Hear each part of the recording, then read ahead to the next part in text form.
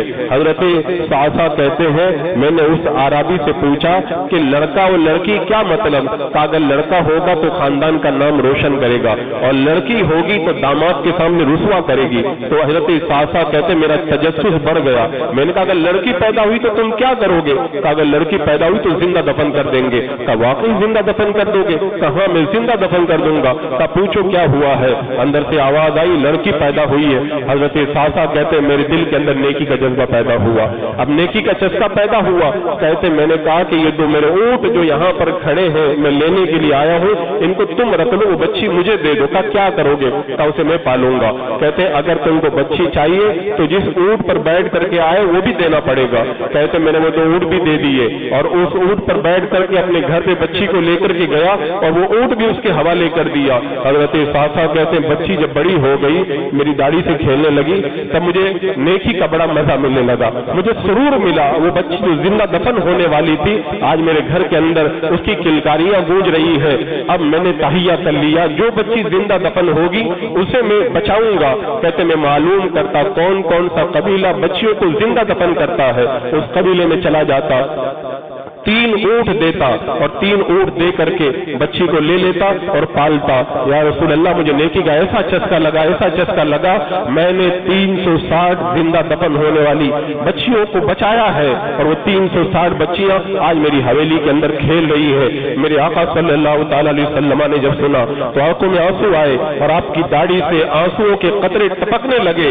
سرکار دو عالم صلی اللہ تعالی علیہ وسلم نے صاصا بن ناجیہ کو اپنے سینے سے لگایا اور ماتا چوم لیا اور چوم کر کے کہا اے صاصا تم نے نیکی کی نا، دنیا میں اللہ نے تجھے یہ بدلہ دیا، ایمان کی دولت عطا فرما دی، اور تیرے رسول کا یہ وعدہ ہے کل قیامت کے دن اللہ تبارک و تعالیٰ تیرے لیے اپنی رحمت کے دروازے کھول دے گا، تیرے لیے اپنی رحمت کے خزانے کھول دے گا۔ تو یہ نیکی کا چسکا جب بندے کو لگتا ہے تو پھر وہ یہ نہیں دیکھتا ہے کہ میرے لاکھوں روپے خرچ ہو رہے ہیں یا کروڑوں روپے خرچ ہو رہے ہیں، اس کا صرف ایک ہی جس طرح نشے کا جو عادی ہوتا ہے نا وہ یہ نہیں دیکھتا ہے کہ میرا پیسہ پانی کی طرح برباد ہو رہا ہے، وہ تو کرتا رہتا ہے۔ تو نیکی کا نشہ جب چڑھتا ہے تو بندہ پھر مال خرچ ہوتے ہوئے افسوس نہیں کرتا، وہ خوش ہوتا ہے کہ اللہ تبارک و تعالیٰ نے مجھے یہ توفیق عطا فرمائی ہے۔ اور آپ دیکھیں جب بندہ نیکی کرتا ہے اور نیکی کا نشہ جب کسی کو چڑھتا ہے تو کتنی مرتبہ تو ایسا ہو جاتا جان پہ بناتی ہے، جان پہ بناتی ہے،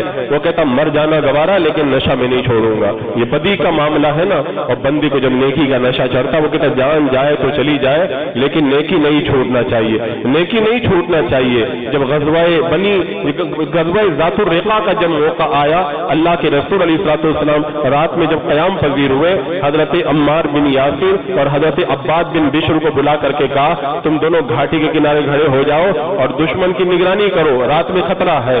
یہ دونوں صحابی جا کر کے کھڑے ہو گئے۔ دیکھیں نیکی کا نشہ کس کو کہتے ہیں، بندہ جان دے دیتا ہے لیکن اس کے باوجود بھی ذرہ برابر پیچھے ہٹنا گوارا نہیں کرتا۔ حضرت عمار بن یاسر کہتے ہیں میں سو گیا، حضرت عباد بن بشر یہ ڈیوٹی پہ لگ گئے، میں سوؤں گا تم ڈیوٹی کرو گے اور تم ڈیوٹی کرو گے تو پھر میں جو ہے وہ تھوڑی دیر آرام کروں گا۔ اب اس طرح سے انہوں نے آپس میں باری بانٹ لی۔ عمار بن یاسر سو گئے، عباد بن بشر نے کہا چلو ٹائم ایسے ہی گزارنے سے بہتر ہے نماز پڑھ کر کے ٹائم گزارا جائے۔ اللہ اکبر کہہ کر نیت باندھ لی اور سورہ کہف پڑھنا شروع کر دیا۔ اللہ اکبر، سورہ کہف تو ایسی پیاری سورہ ہے، فرمایا گیا جو جمعہ کی رات اور جمعہ کے دن میں سورہ کہف پڑھتا ہے پورے ہفتے تک اس کا نور اس کے ساتھ میں رہتا ہے، اتنی اس کی برکت ہے۔ ہمارے بزرگوں کا طریقہ بھی رہا ہے، سورہ کہف جمعہ کے دن کبھی پڑھنا وہ نہیں چھوڑا کرتے تھے۔ کہتے سورہ کہف پڑھنے لگا، دشمن نے دیکھا کہ غافل ہے، تیر چلا دیا۔ بولے تیر آ کر کے لگا، میں نے ہاتھ سے کھینچ کر کے پھینک دیا لیکن میں قرآن پڑھتے رہا۔ دوسرا تیر آیا، پھر تیسرا تیر آیا، میرے بدن سے خون بہنے لگا لیکن میں نے سورہ کہف مکمل کی، سلام پھیر کر کے عمار بن یاسر کو جگایا تو دیکھا تو حیران رہ گئے، بدن سے کافی خون بہ گیا تھا۔ کہا پہلے تم نے کیوں نہیں جگایا؟ کہا جب مجھے تیر لگا تو میں سورہ کہف پڑھ رہا تھا۔ میں نے کہا اتنی پیاری سورہ ہے اس کو چھوڑنا مجھے اچھا نہیں لگتا، میں نے کہا خون تو بہتا رہے لیکن کم سے کم اس سورہ کی تلاوت تو میں مکمل کر لوں۔ یہ ہوتا ہے وہ نیکی کا نشہ کہ بندہ کہے جان جائے تو چلی جائے لیکن اس طریقے سے قرآن کی تلاوت ترک نہیں ہونا چاہیے. یہ نیکی کا نشہ جب بندے کو چڑھ جائے تو جان دینا بھی گوارا کر لیتا ہے. حضرت عبداللہ بن مسعود کو دیکھے, صحابہ کرام ابتدائی اسلام میں بڑے ستائے جاتے تھے, بڑے ستائے جاتے تھے. یہاں پہ تو نہ نماز پڑھنے پہ ستایا جاتا ہے نہ تلاوت پہ, وہاں پہ تو نماز پہ مارا جاتا تھا, قرآن پڑھنے پہ مارا جاتا تھا. تو صحابہ بیٹھ کے گفتگو کر رہے ہیں, کتنا اچھا ہو جائے کوئی حرم شریف میں جائے, بلند آواز سے قرآن پڑھے اور قرآن کا پیغام کافروں کے کانوں تک پہنچے. حضرت عبداللہ بن مسعود چھوٹے بچے تھے, کب میں جا کر کے پڑھوں گا کل. سب نے کہا نہیں تم بڑے کمزور آدمی ہو, یتیم بچے ہو اور ویسے ہی تمہارا قبیلہ بڑا کمزور. کا نہیں مجھ کو تو پڑھنا ہے, میں کل جا کے پڑھوں گا. اب رات میں پورا ارادہ بنا لیا. وہاں پہ حرم شریف میں مکہ کے ان سرداروں کے سامنے قرآن پڑھنا بس یہ سمجھ لیں کہ اپنے آپ کو تلوار کے نیچے دینے کے برابر تھا. یہ کتنا مشکل کام تھا اس کا اندازہ کوئی نہیں کر سکتا. حضرت عبداللہ بن مسعود قرآن پڑھنے کی مستی میں جھومتے ہوئے آئے. کافر سردار اپنی عبادت میں حرم میں مصروف تھے, کافروں کو چیرتے ہوئے مقام ابراہیم کے پاس پہنچ گئے. الرحمن علم القرآن خلق الانسان علمہ البیان, سورہ رحمان کی تلاوت شروع کر دی.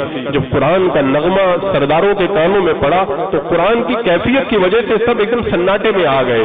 وہ تو خوش ہو کر کے سن رہے تھے. کسی نے کہا ارے یہ وہ قرآن پڑھ رہا ہے جو محمد پہ نازل ہوا ہے صلی اللہ تعالی علیہ وسلم. تب ان کو پھر جلال آیا, اٹھے, حضرت عبداللہ بن مسعود پہ ٹوٹ پڑے.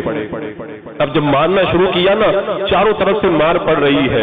حضرت عبداللہ بن مسعود پہ کیسی کیفیت آ رہی تھی, کیسی کیفیت آ رہی تھی کہ قرآن کو میں پوری سورہ ختم کر کے ہی مانوں گا. پوری سورہ جب تک ختم نہیں کر دی تب تک چپ نہیں ہوئے, مار کھاتے رہے. چہرہ لولان ہو گیا, کپڑے پھڑ گئے, خون بہنے لگا, آنکھیں سوج گئی. لیکن قرآن کی چاشنی کا جو نغمے کی جو چاشنی تھی ان پر ایسی چڑھی ہوئی تھی کہ جان دینا تو گوارا ہے لیکن قرآن کی تلاوت بند کرنا گوارا نہیں. اور مار کھا کے جب صحابہ کے درمیان پہنچے, دیکھا بالکل لہو لہان ہے, بدن کے کپڑے پھٹے, آنکھیں, چہرہ سب سوجا ہوا.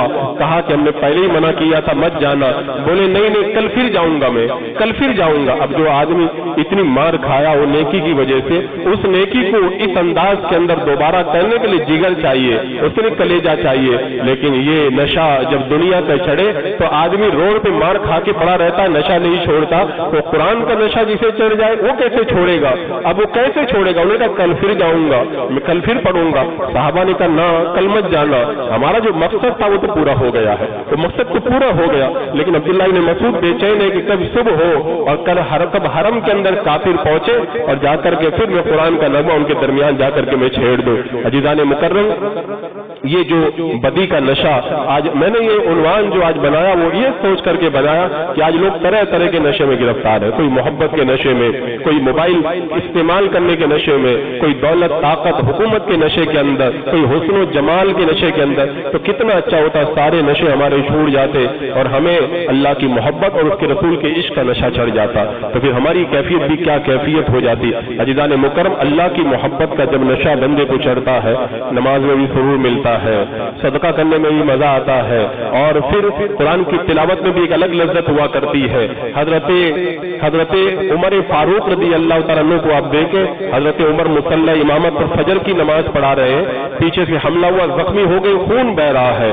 آپ نے کہا عبد الرحمن ابن عوف سے کہو نماز پڑھائے.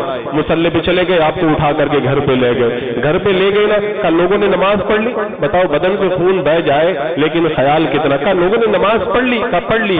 کہا کہ پھر مجھ کو بھی نماز پڑھاؤ. اب بندہ زخموں سے خون بہ رہا ہے, کہہ رہے مجھے نماز پڑھا, وضو کرواؤ. وضو کیا اور نماز ادا کی, ایسے ہی بہتے ہوئے خون کے اندر نماز ادا کی, اور کہا کہ جو نماز نہیں پڑھتا اس کا اسلام میں کوئی حصہ بھی نہیں ہے. یعنی یہ کیفیت ہوتی ہے, بندہ جب محبت چڑھ جائے نا تو پھر جان کی پرواہ نہیں کیا کرتا ہے. اسی طرح آپ دیکھیں حضرت عبداللہ بن عباس رضی اللہ تعالیٰ عنہ, آنکھوں کے اندر کچھ آنکھیں متاثر ہو گئی. ڈاکٹر نے کہا چند نمازیں چھوڑنا پڑے گا. کہا کہ ساری زندگی اندھا رہنا تو گوارا ہے لیکن ایک وقت کی نماز چھوڑنا گوارا نہیں, کیونکہ مجھے یہ معلوم ہے جو بندہ نماز چھوڑے گا قیامت کے دن اللہ تعالیٰ اس سے سخت ناراض ہو کر کے ملے گا.